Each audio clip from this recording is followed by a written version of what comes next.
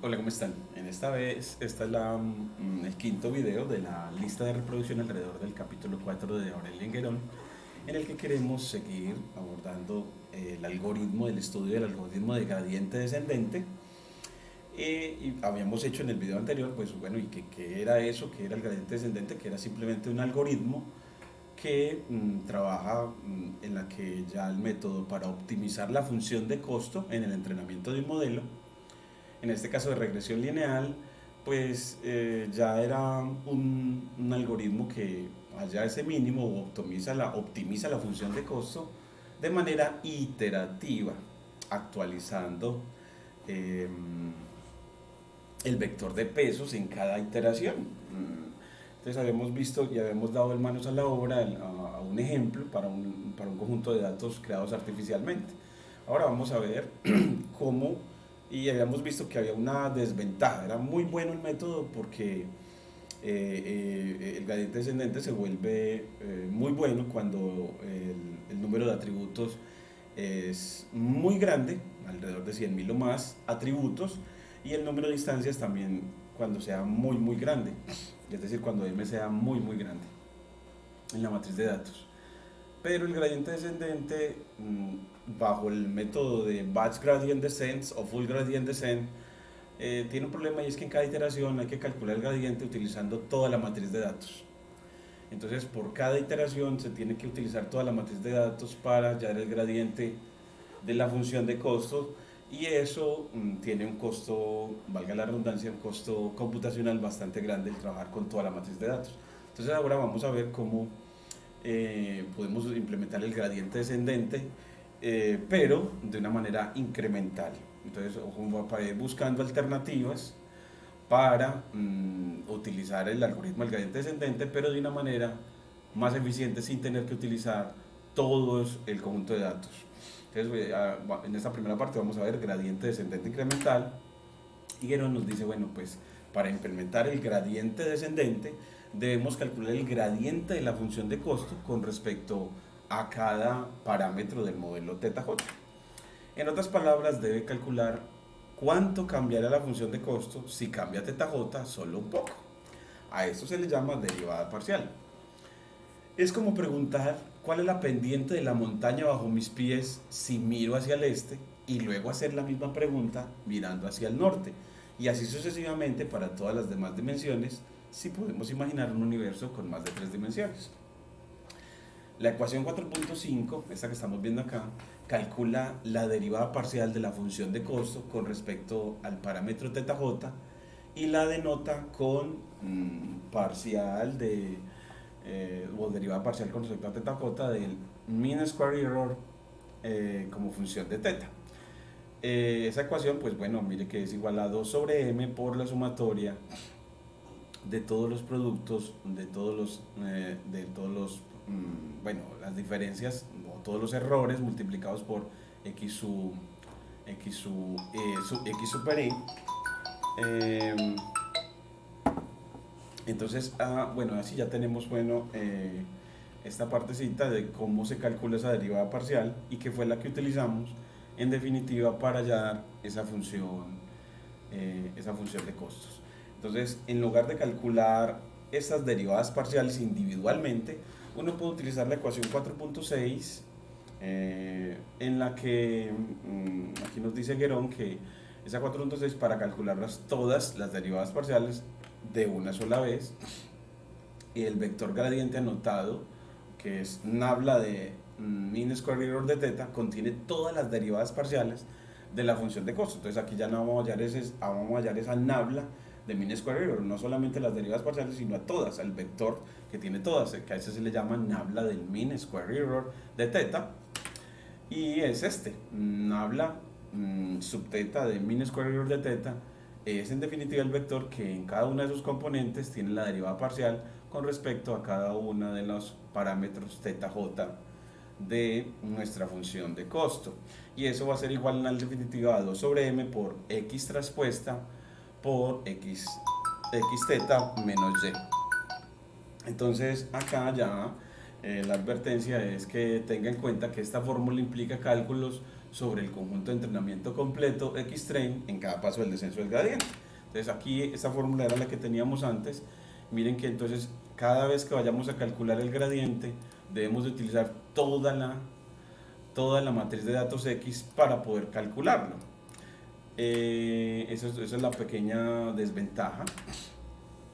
A esto se le llama, a este algoritmo se le llama Batch Gradient Descent y utiliza el lote completo de datos de entrenamiento en cada paso. En realidad, Full Gradient Descent probablemente sería un mejor nombre. Como resultado, es terriblemente lento en conjuntos de entrenamiento muy grandes, pero pronto veremos algoritmos de descenso del gradiente muchos más rápidos. Sin embargo, Gradient Descent se escala bien o se adapta bien a la cantidad de atributos. Entrenar un modelo de regresión lineal cuando hay cientos de miles de entidades es mucho más rápido usando el descenso del gradiente que usando la ecuación normal o la descomposición en valores singulares. Una vez que tenga el vector del gradiente que apunta cuesta arriba, simplemente vaya en la dirección opuesta para ir cuesta abajo.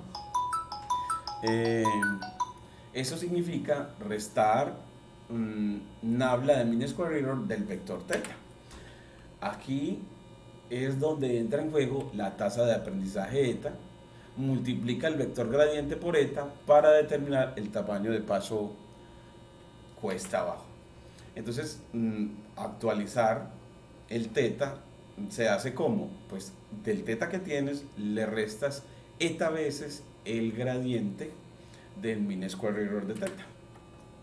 Veamos, habíamos visto la implementación de ese algoritmo en el que importamos NumPy para que del módulo random de NumPy creáramos un vector de datos, de 100 datos y 100 etiquetas que distribuyen con un ruido gaussiano, que distribuyan como ruido gaussiano que distribuyan normal, y le agregamos a el vector de sesgo, al vector de datos, establecíamos una tasa de aprendizaje, por ejemplo, de 0.1 y con 1000 iteraciones sugeridas por Guerón y un número de instancias igual a 100, establecíamos un θ inicial de manera aleatoria con la función rand_n para establecer el estado de inicialización aleatoria y con un ciclo para, moviéndose por el rango de 1 hasta el número de iteraciones, en este caso 1000,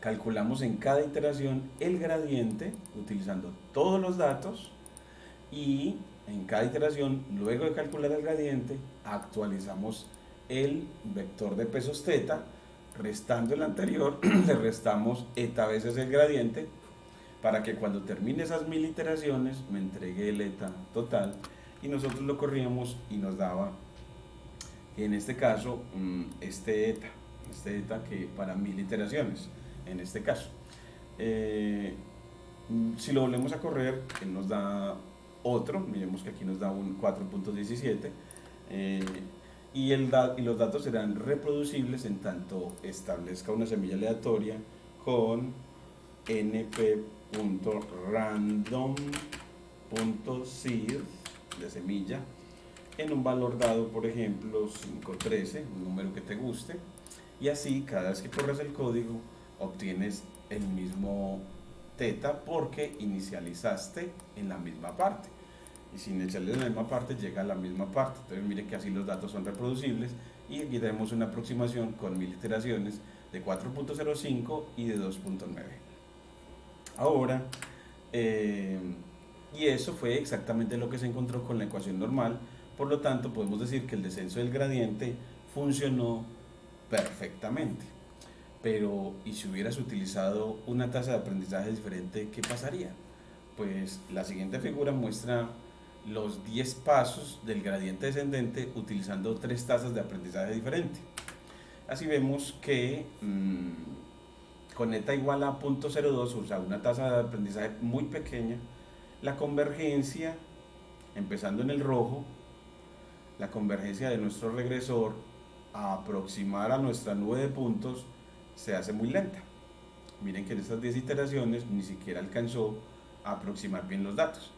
Pero con una tasa de 0.1, ya un poquitico más grande, la convergencia, empezando la línea puntada roja, se llega muy rápido a aproximar, a llegar a un regresor que aproxime bien a los puntos, a la nube de puntos, a la nube de datos. Y con una tasa de aprendizaje muy alta, pasa de la línea azul, la línea roja, a una azul por debajo y después salta a alejarse más de la nube de puntos y cada vez se aleja más. Por lo tanto, el método diverge. Nuestro método divergería, no converge a aproximar bien la solución. Entonces lo que nos muestra es que con una tasa de aprendizaje muy baja, la convergencia es muy lenta. Con una tasa mediana, la convergencia es adecuada, y con una tasa muy alta de aprendizaje la convergencia no se garantiza, algunas veces entonces va a diverger.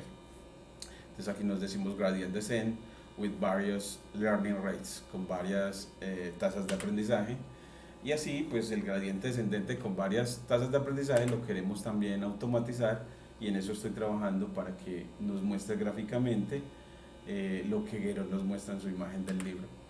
Y a la izquierda vimos pues que la tasa de aprendizaje es demasiado baja, por lo tanto el algoritmo finalmente llegará a la solución, pero le llevará mucho tiempo. En medio, la tasa de aprendizaje parece bastante buena, en solo unas pocas iteraciones ya ha convergido a la solución. Y en el tercero, a la derecha, veíamos que la tasa de aprendizaje era muy alta, por lo tanto el algoritmo diverge, salta por todos lados y de hecho se aleja más y más de la solución en cada paso. Para encontrar una buena tasa de aprendizaje puede utilizar la búsqueda en cuadrícula, que se enseñó en el capítulo 2 cuando se enseñó GridSearch a utilizar la clase de GridSearch CB. Sin embargo, es posible que desee limitar el número de iteraciones para que la búsqueda en cuadrícula pueda eliminar los modelos que tardan demasiado en converger.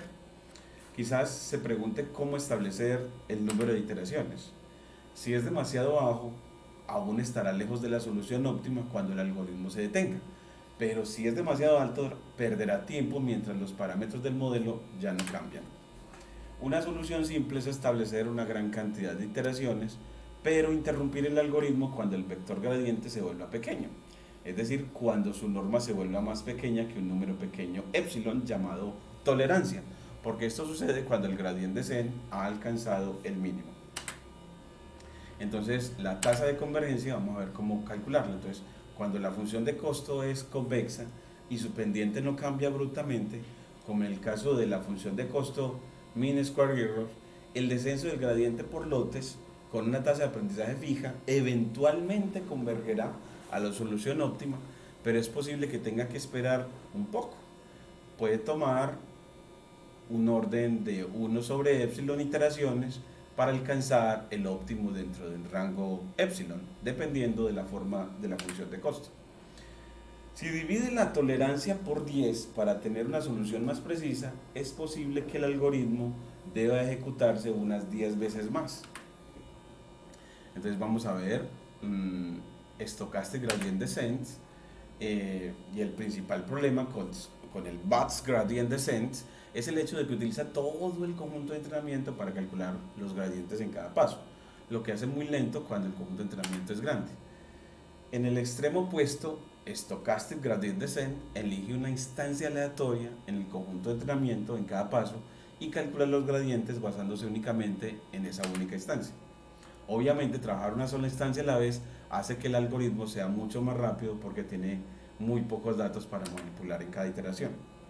También hace posible entrenar en grandes conjuntos de entrenamiento, ya que solo una instancia necesita estar en la memoria en cada iteración. Stochastic Gradient Descent puede implementarse con un algoritmo fuera del núcleo, y eso se puede consultar en el capítulo 1 de Guerón. Por otro lado, debido a la naturaleza estocástica, es decir, aleatoria, este algoritmo es mucho menos regular que el descenso del gradiente por lotes. En lugar de disminuir suavemente hasta llegar al mínimo, la función de costo rebotará hacia arriba y hacia abajo, disminuyendo solo en promedio. Con el tiempo terminará muy cerca del mínimo, pero una vez que llegue allí, continuará rebotando sin asentarse nunca.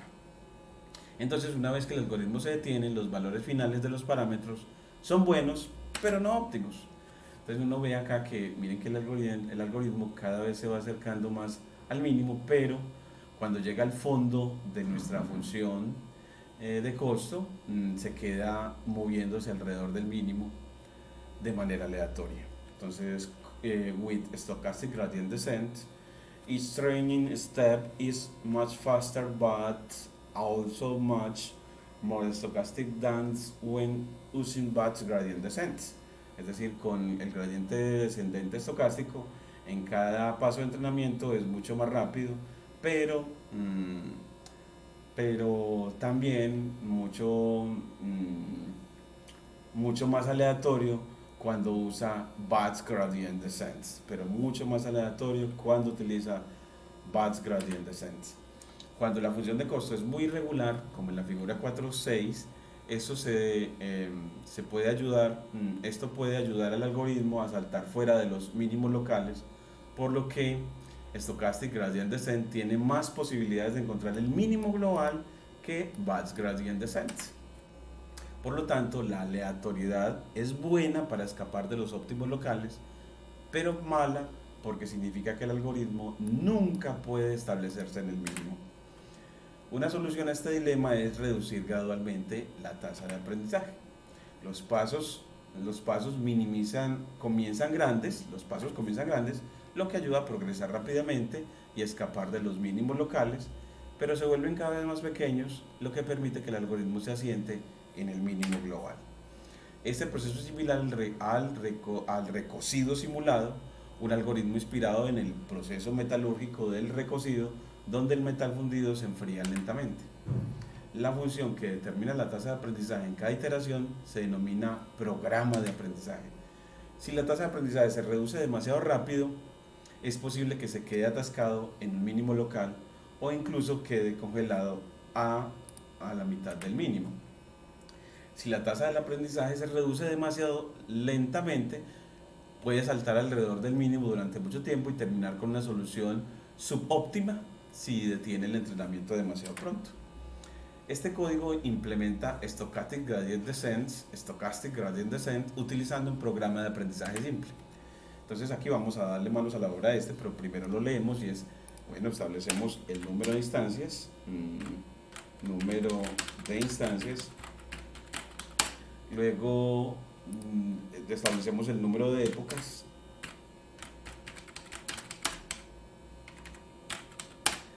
luego establecemos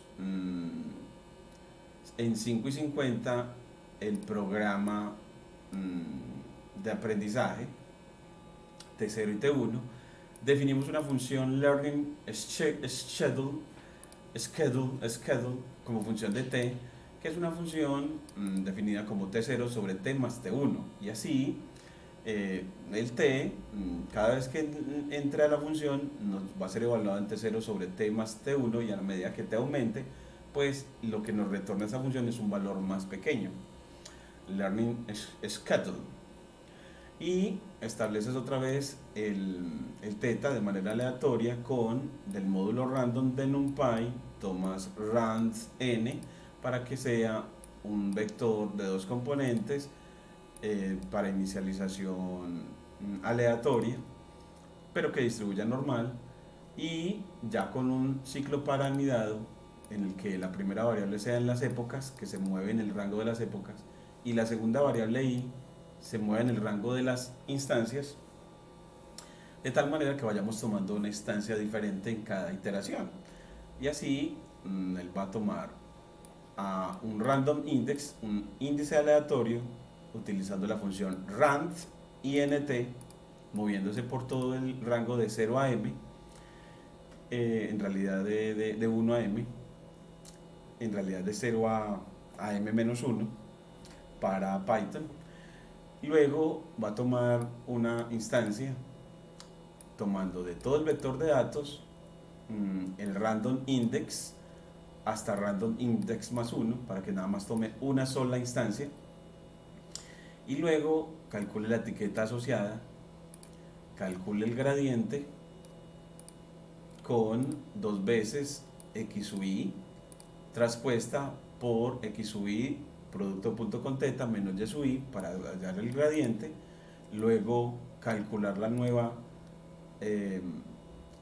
tasa de aprendizaje y luego actualizar el teta tomando el anterior y restándole eta veces el gradiente, para que al término de ese ciclo para anidado me dé el nuevo teta. Y ahora sí lo corremos y nos da, miren que nos da un 4.03 y un 2.89 como una muy buena aproximación con, eh, con este modo de hacer las cosas, en el que también le podemos pedir, bueno, y en cuánto tiempo lo hace para compararlo con el otro, ¿cierto? Y aquí obtenemos unos datos diferentes porque no establecimos una semilla aleatoria, entonces le puedes decir con np.seed,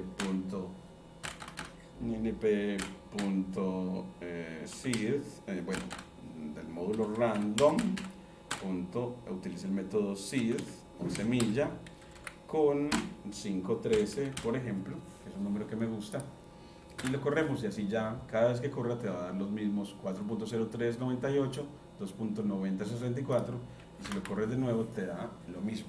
Entonces hace que los datos sean reproducibles.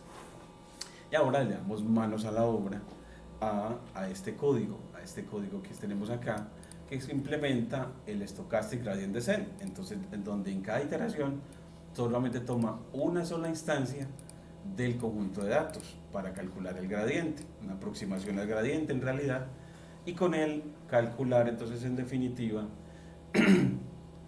el teta adecuado.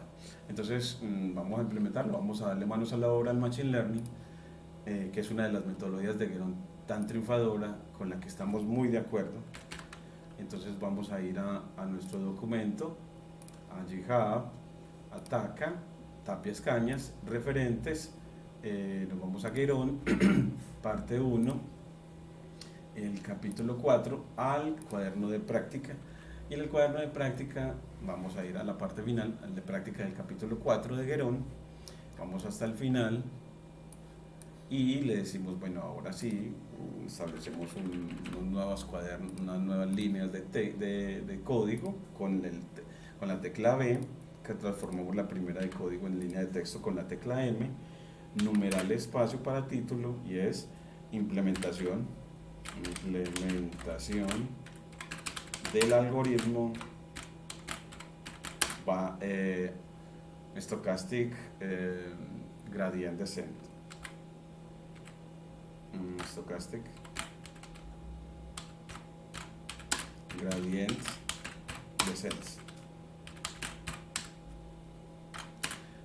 De gradiente estocástico. Esta parte de estocástico uno lo puede implementación de Stochastic Gradient Descent. Bueno, pues pedimos que nos lo corrija porque muy probablemente tenemos un error en la escritura.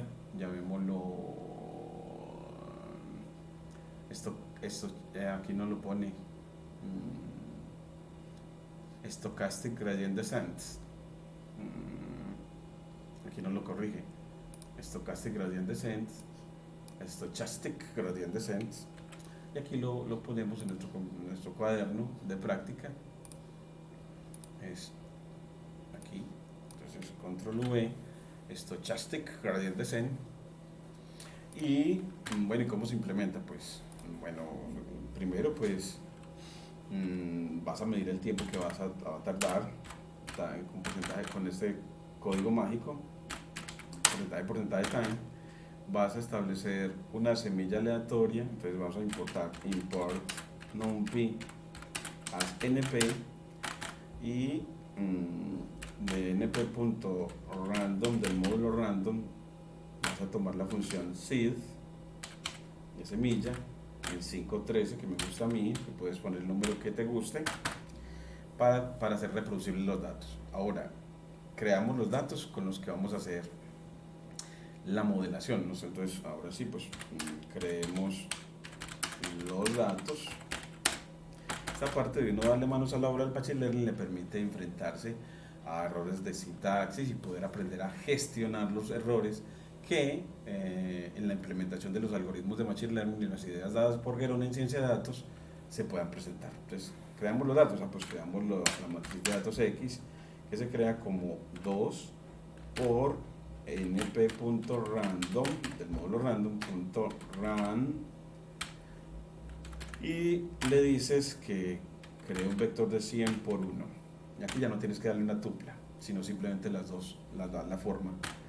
y crea un vector de etiquetas que se mueva, que sea función de estos datos de función lineal con intersecto 4 o pongámosle si querés 5 o simplemente 1 más 2 veces 2 por np.random, bueno, 2 por este x, hasta ahí ya tenemos una función lineal de intersecto 1 y pendiente 2 y le introducimos un ruido gaussiano con np.random.run para que sea gaussiano run n y de 100 por 1 y así ya tenemos nuestros datos. Aquí se nos queda un poquitico la señal, la energía solar. Vamos a resetearlo, nuestro sistema solar que nos da la energía para la pantalla, porque la pantalla también absorbe mucha energía, muchísima, oxida bastante. Vamos a ver un momentico, aquí, ahí ya, vamos a ver si ya se recupera, y mientras se recupera seguimos haciendo nuestra práctica. Entonces, bueno, ya tenemos nuestros datos, se demoró 141 milisegundos en crearlos, pero recuerden que necesitamos el vector de sesgo que Guiron lo denota como x sub b y que en realidad lo que se hace es con np.c guión bajo, con el método c guión bajo, entre corchetes escribirle los dos vectores que quieres concatenar, el vector de unos np.ones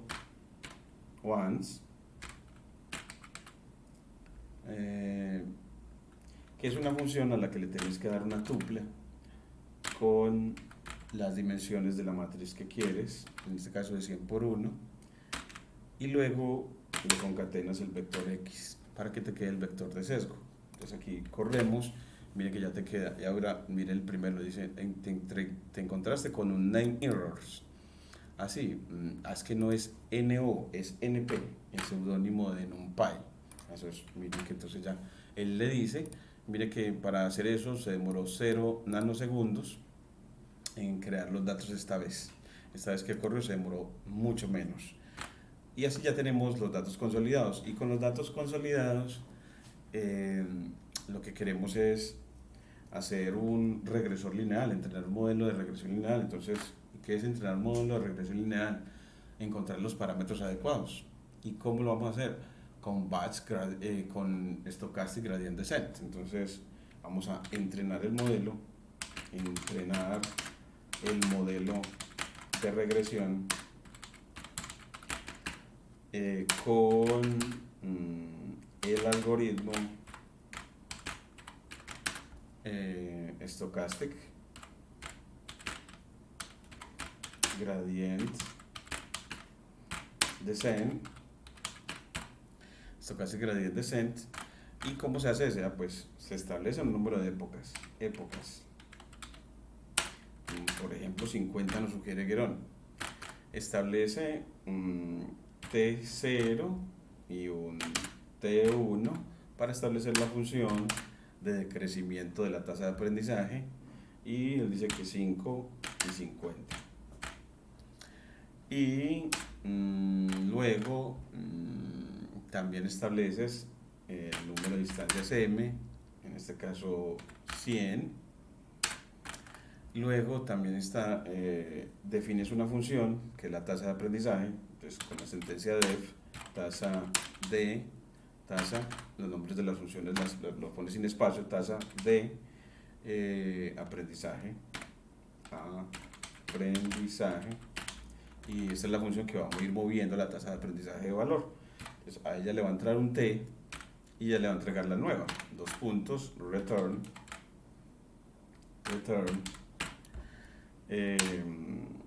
a t sub 0, a t0, el t0 que acabamos de definir, dividido la suma entre t y t1. Ahí ya tenemos entonces la definida la función que es una función de t, de la variable t, que va a ser decreciente, una hipérbola. Entonces, lo que va a hacer es, entonces, es hacer decrecer a medida que t crece, el valor de t crece, va a hacer decrecer los valores de la tasa de aprendizaje.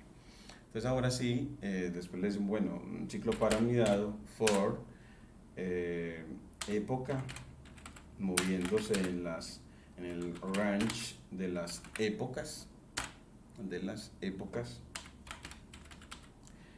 y después otro ciclo para que se mueva por las instancias, for i in range de m, que es el que va a mover entonces de C, entre 0 y m. Simplemente le pones m o le puedes poner 0, m, igual va a ser lo mismo. Es lo que él tiene la manera de resumir, la manera de escribir. Nada más necesario poner m si el valor inicial es m. Y ahí tenemos el ciclo para anidado. ¿Y qué tiene que hacer en el cuerpo de ese ciclo para? Pues nos dice Guerón que lo primero, miremoslo acá, siempre se nos puede olvidar, es que lo primero es que tome una instancia aleatoria. Entonces, un índice aleatorio, un random index. Bueno, entonces nos vamos otra vez a la práctica para tomar un random index. Entonces, bueno, pues random index, ¿cómo se calcula? Con np.random del módulo random punto rand int en el intervalo de 0 a m menos 1. Entonces así él va a tomar un valor, una instancia particular, y con esa instancia, ¿qué nos dice Guerón que debemos de hacer? Pues calcule una instancia de todos los datos. Entonces, una sola instancia, entonces le vas a decir, bueno, calcule un xi. ¿Y cómo va a hacer? Tome a los datos, a x sub b, y tome la 10ª instancia. Entonces, la indexada por el random index, control C, control V, hasta random index más 1, aumentado en 1. Entonces, así él va a tomar solamente una, utilizando indexación de NumPy. Y vamos a tomar también la y sub i, la etiqueta asociada. ¿Y cómo lo hacemos? Es como si tomáramos este mismo, control C, control V, y no lo tomáramos ya no de el vector de datos, sino el vector de etiquetas. Así tenemos el dato aleatorio, la instancia aleatoria y la etiqueta aleatoria. Ahora, con ellas ya podemos calcular el gradiente. Entonces, ¿y cómo se calcula el gradiente? Gradients es 2 por x sub i traspuesta punto dots por x sub i punto dots teta menos y sub i. Entonces, vamos a ponerle aquí. Entonces, el gradients se calcula como 2 por la instancia. Miren que ya aquí ya no es sobre m como antes, sino que 2 por la instancia transpuesta, es decir, x y punto t para transponer punto dot, para que se multiplique esa transpuesta por el producto entre, nos dice Guerón, que el producto entre xy y el vector teta, el producto, en este caso, xy y el vector teta, eso sería producto escalar. Entonces nos quedaría xy punto dot y el vector teta menos y sub i, pero cuando escribimos ese teta uno dice, pero tenés que inicializarlo. Antes del ciclo para tienes que establecer a teta el valor inicial. Así, eso, ¿cómo lo hacemos? Con np.random.rand n para que distribuya normal, y es un vector de 2 por 1, de 2 filas por una columna. Guerón no lo establece así, de 2 filas por una columna, para el random initializations. Y vamos para calcular el eta y el teta. Entonces, la tasa de aprendizaje eta, ¿cómo se calcula? Pues llamas a la función tasa de aprendizaje y la evalúas ¿en dónde? Entonces aquí te van a decir, bueno, control C, él dice que llama a la función y la evalúa en la época multiplicada por m más i. En la época multiplicada por m más i. La función y la evalúas en la época multiplicada por m más el valor i, es decir, el valor de la iteración en la que estamos. Entonces así la tasa de aprendizaje va a ir disminuyendo, porque al sumarle i, este valor va a ir creciendo, y a medida que él va creciendo, esa función tasa de aprendizaje es una función decreciente, decrece con el argumento. Entonces época por m, y m va a estar dado por 100, entonces época por 100, entonces la época va a ir moviéndose de 0 a 50, y el i va a ir aumentando de 0 a m, entonces este argumento va a ir aumentando, luego la tasa de aprendizaje irá disminuyendo, y cuando calcule esa tasa de aprendizaje, pues ya puede actualizar el teta, el vector que queremos optimizar, que minimiza la función de costo, tomando teta y restándole eta veces el gradiente. Y así, ya después de que termine, entonces fuera del ciclo para, le dices, bueno, deme el teta. Ya fuera, entonces fuera es, te devuelves en la sangría. Y aquí, bueno, pues ya lo corremos a ver qué tal. Y imagínense que nos da un vector de sesgo de 1.03, muy buena aproximación, y una pendiente de 1.69, más o menos una aproximación a 2, con estas 50 épocas, pongámosle 100 épocas a ver si mejora. Bueno, entonces 100 épocas, mire que mejoró las cosas, 1.069 y 1.91. O sea, al aumentar el número de épocas también tuvimos una mejor aproximación, dado que recuerden que este tenía que ser 2 exactamente y este 1 exactamente.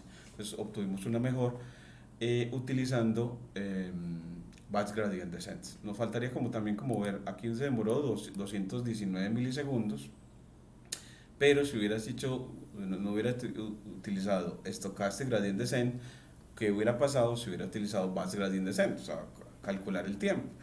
Porque, claro, es cuando no trabajamos con todos los datos, sino con solamente una instancia a la vez en cada iteración, pues él dice que se trabaja de una mejor manera. No olviden pues suscribirse a mi canal para seguir manos a la obra del Machine Learning en el capítulo 4, en el que ya lo que seguirá es, después de esto,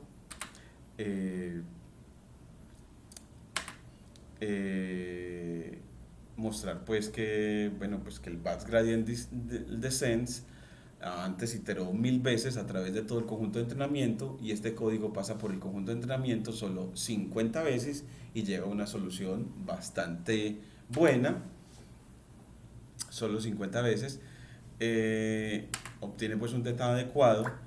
Y la siguiente figura muestra los primeros 20 pasos del entrenamiento y observe cuán irregulares son los pasos. Entonces aquí van siendo como muy irregulares, pero sí hay convergencia hacia los datos.